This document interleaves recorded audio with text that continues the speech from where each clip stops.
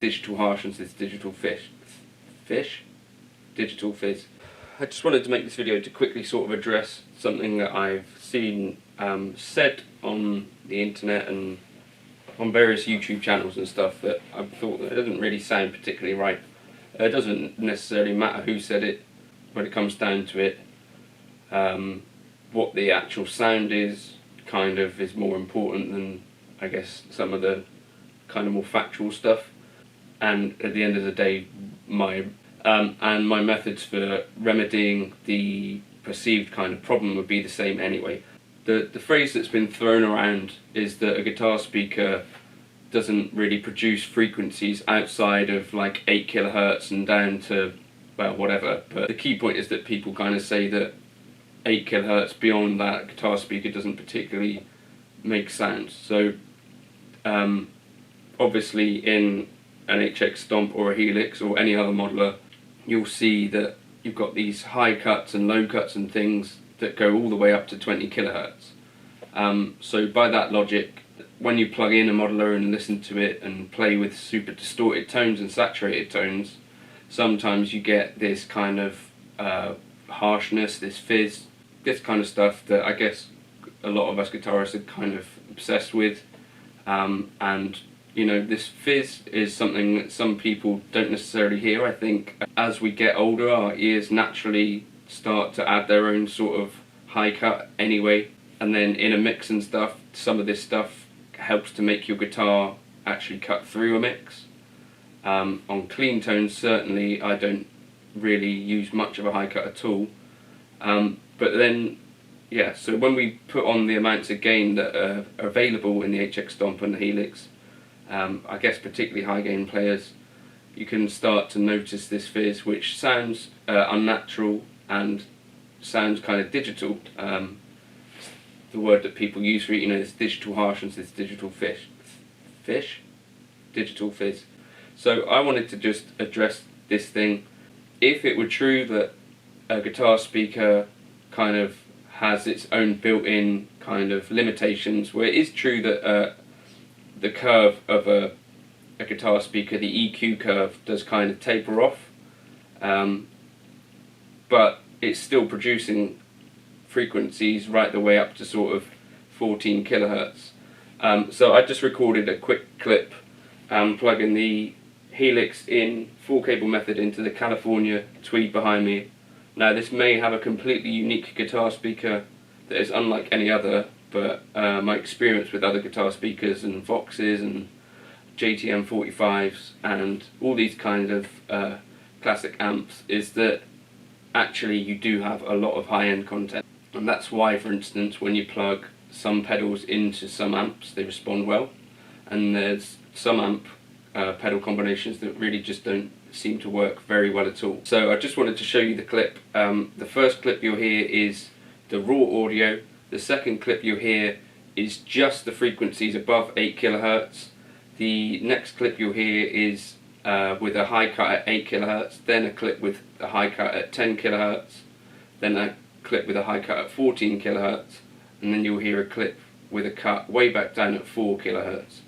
And I don't know how well it'll translate, but over YouTube and stuff, but I think you'll hear that there's stuff going on above 8 kilohertz.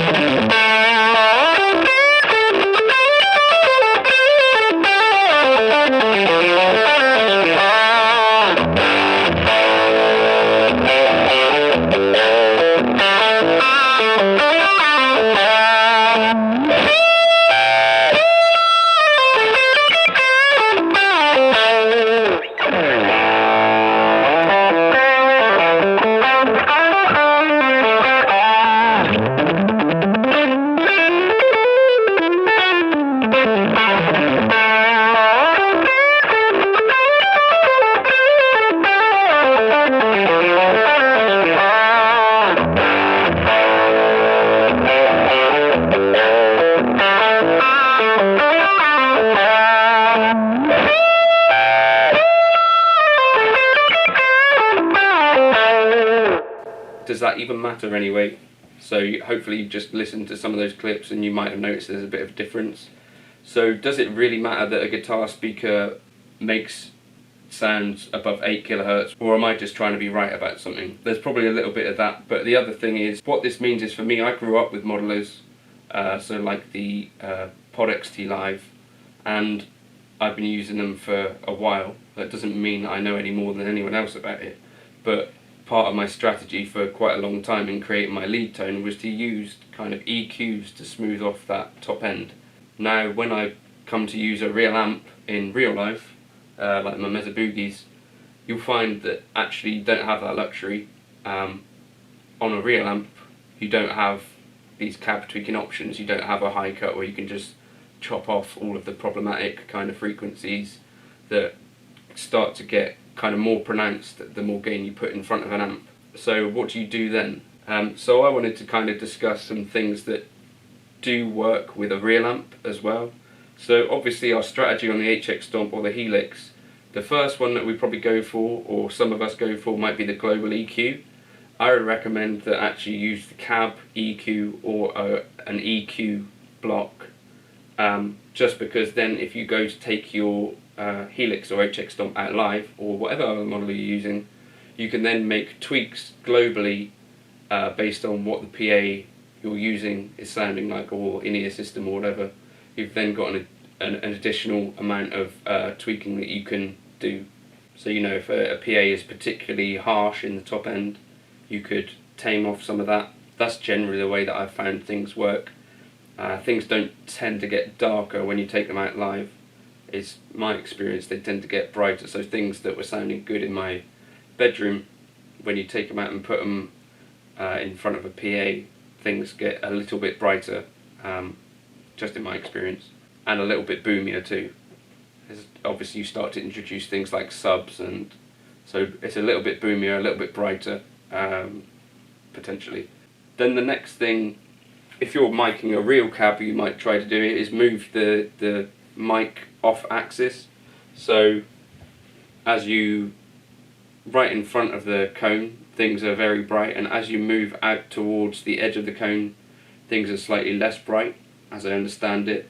And then you can also angle the mic, which can also make a difference. So a good way to try this out is to experiment with a mic yourself and some headphones or something like that. But you do notice quite a pronounced difference depending on where you put the mic on the cone. So that's another area to look at. Obviously on the HX Stomp Helix and other modelers, you do have some amount of flexibility on where you can distance the mic and early reflections and these kind of things. I'm not sure how big a difference those make. I do need to experiment with that a bit, but I suspect there's some amount of difference that we could make there that would translate. So that would be a thing. If I'm recording a guitar tone in studio with a mic, I'm going to experiment with the mic and the positioning in relation to the speaker. I've done this before. You know, the first time you record, you go over and listen to it, you're like, that doesn't sound particularly like the tone in the room. And you might find that if you just make a small adjustment with the mic, or even a big adjustment, and then listen to what happens, play again, listen back, you can find that you can make quite a big impact on the tone.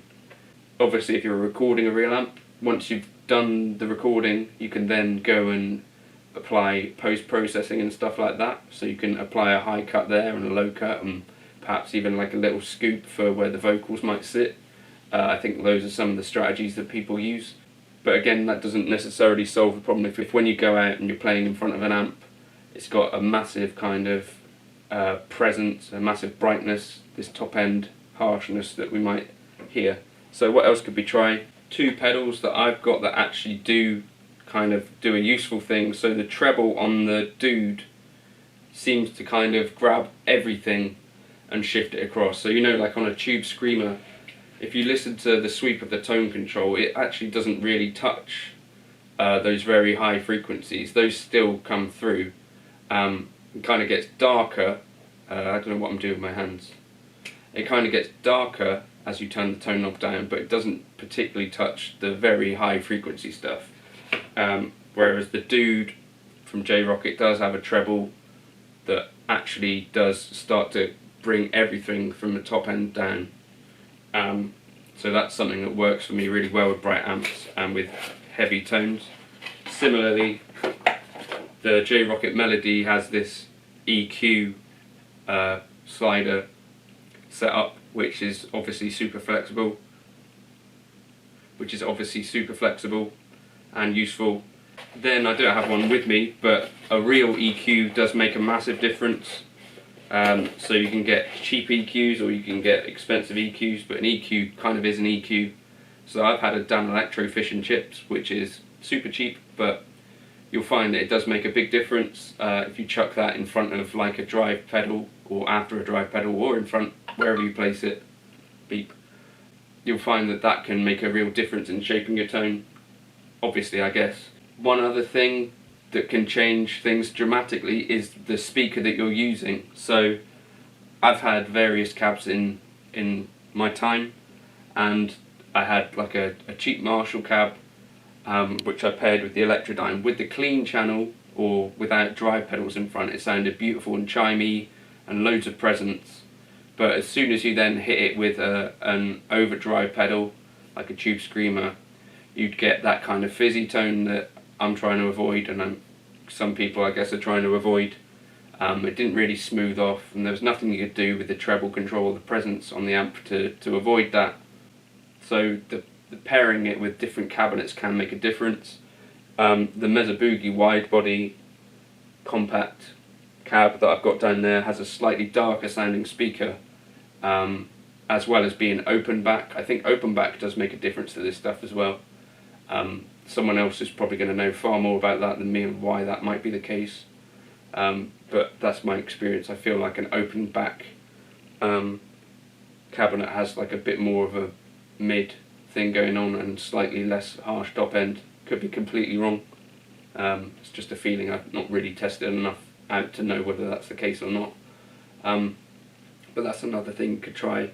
Another thing that I think makes sense to do with a real amp, we know that potentially we're not going to be able to completely tame off whatever's going on in that speaker above 8 kHz, but what we can do is boost the mids so that those mids are effectively more focused and more of the sound than the treble part, if that makes sense. So this is something I've tried with like friends' bands and stuff. So he's saying he was playing a Black Star amp of some form, and he was playing live, and he wasn't happy with his tone. So I said, try turning your mids up like more than you would usually, and it makes a huge impact on the tone as perceived from out front. You know, you've got that kind of common young metal band tone, which is that mid scooped thing, which doesn't necessarily translate out that well into the crowd. If you reverse that and have like a little mid boost, I think that can make quite a big difference. Maybe that's the reason that the tube screamer has been so popular in metal bands, for kind of tightening off the low end but also giving that mid push in the thing. So those are just some of my thoughts about things that you can try. As I say, someone coming from the modeler world into the real amp world, it's kind of difficult to find that lead tone that you like when you can't just use things like a high cut or an EQ.